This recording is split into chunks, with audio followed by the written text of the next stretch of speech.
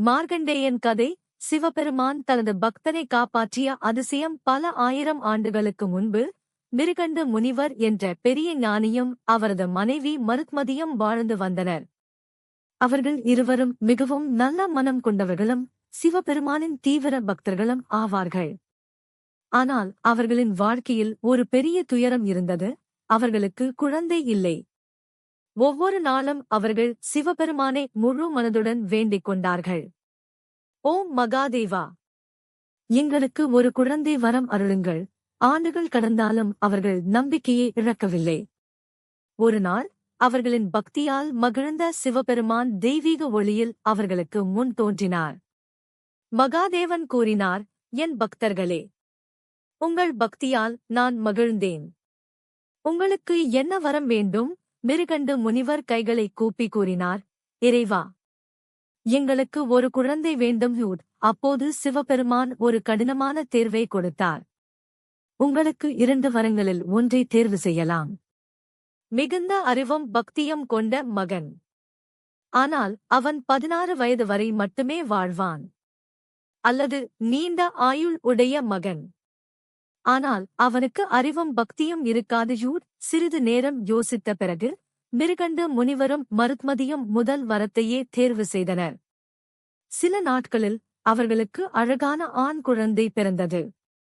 அவனுக்கு மார்க்கண்டேயன் என்று பெயர் வைத்தனர். சிறு வயதிலிருந்தே மார்க்கண்டேயன் மிகவும் அமைதியானவன், புத்திசாலி, நல்ல மனம் கொண்டவன். மற்ற குழந்தைகள் விளையாடிக் கொண்டிருக்கும்போது மார்க்கண்டேயன் சிவபெருமானை தியானித்துக் கொண்டிருப்பான்.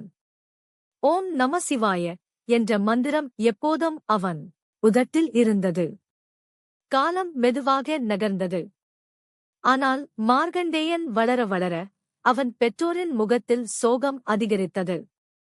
ஒருநாள் மார்க்கண்டேயன் தந்தையிடம் கேட்டான், அப்பா, ஏன் நீங்கள் எப்போதும் கவலையாக இருக்கிறீர்கள்? அப்போது மிருகண்டு முனிவரின் கண்களில் கண்ணீர் வந்தது. அவர் மெதுவாக உண்மையை கூறினார். மகனே, உன் ஆயுள் 16 வயது வரை மட்டுமே. அந்த வார்த்தைகள் கேட்டதும் வீடு முழுவதும் அமைதியாகிவிட்டது. ஆனால் மார்க்கண்டேயன் பயப்படவில்லை. அவன் மெதுவாக சிரித்துக் கொண்டு கூறினான், என்னுடன் சிவபெருமான் இருக்கும்போது எனக்கு எதற்கு பயம்? அவன் 16வது வயது நெருங்கியது. அந்த நாளில் கடலருகே இருந்த ஒரு பழமையான சிவன் கோவிலுக்கு மார்க்கண்டேயன் சென்றான். அவன் கோவிலை சுத்தம் செய்தான். விளக்கேற்றி மலர்களை சமர்ப்பித்து சிவலிங்கத்தின் முன் அமர்ந்து ஆழ்ந்த பக்தியுடன் ஜெபித்தான். மணி நேரங்கள் கடந்தன. அவன் கண்களை மூடிக்கொண்டு தொடர்ந்து ஜெபித்தான். ஓம் நம சிவாய, ஓம் நம சிவாய. அந்த மாலை நேரத்தில் வானம் கருமையாக மாறியது. புயல் காற்று வீசியது. மின்னல் இடித்தது. திடீரென யமதர்மன் தனது கருப்பு எருமை மீது தோன்றினார்.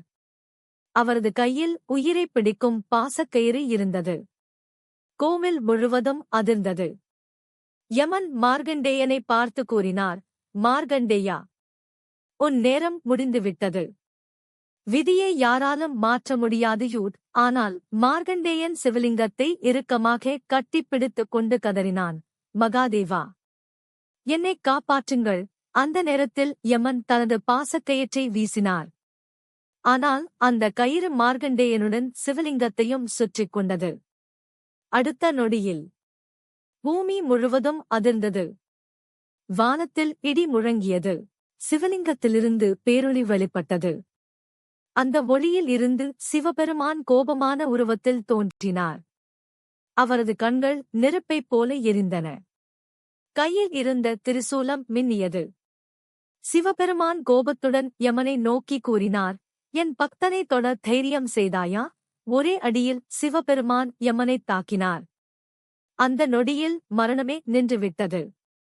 தேவர்கள் கூட நடுங்கினர். உலகமே அமைதியானது. மார்க்கண்டேயன் சிவபெருமானின் பாதத்தில் விழுந்து கண்ணீர் மல்க வணங்கினான்.